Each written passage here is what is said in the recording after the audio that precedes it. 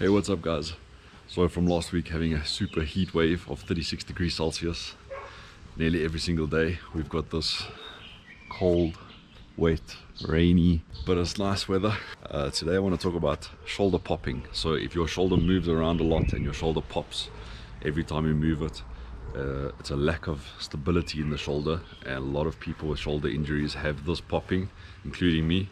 So I'm going to show you a few things that you can do if you're still struggling with a bad injury and you can't move around too much, you can't use weights or anything. I'm going to show you 3 simple little things that you can do just to get a little bit of a more stable shoulder joint so that it doesn't move around too much in the socket and it can feel a little bit more stable and help you with any pain.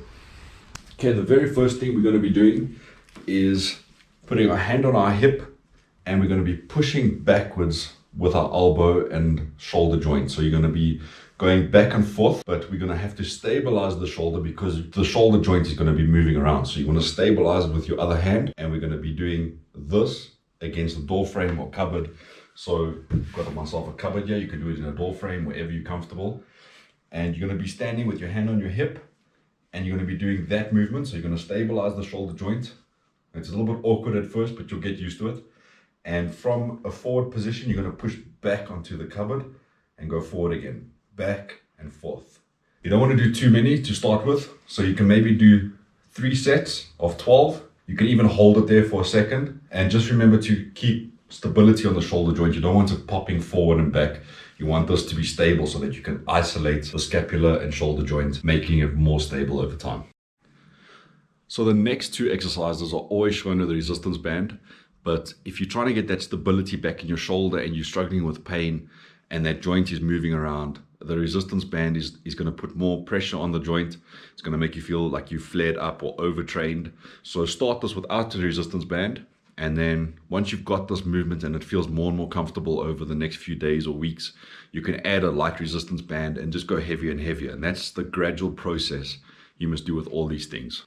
Okay, so the first one, if you're struggling with too much pain or you can't reach out or outstretch your hand, then rather don't do it. Just do the second exercise. But if you can, what you want to be doing is reaching forward, not too far, just a little bit forward, and pulling back. Now remember to isolate and try feel that muscle-mind connection. So when you're pulling back, you can actually feel the surrounding muscles pulling. Now, if you're struggling with a shoulder injury like the Raysaud syndrome or frozen shoulder, you might struggle with this a lot and you might want to avoid it. Just do the second exercise. But even if you are attempting it and you feel okay to do it and you're pulling, you'll feel, because you're not used to that movement, you'll feel that this whole area is going to get very stiff very quickly. You might feel a lot of fatigue in the area.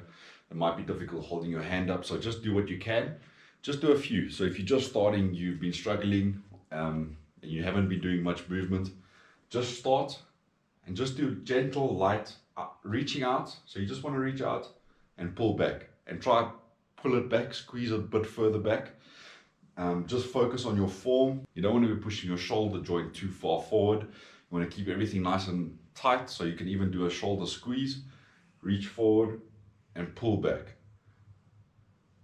So you're just going to isolate that. Everything's going to pull back nicely. And those stabilizing muscles are going to help you keep that good posture, and it's going to eliminate the movement in the joint. So the last one I'm going to show you today is a really easy one to do. Might feel difficult in the beginning, but as you get stronger and stronger, you can incorporate the resistance band. But it's really simple. You don't need any equipment. You can either stand or sit. Your elbows are going to be next to you. You can do one at a time.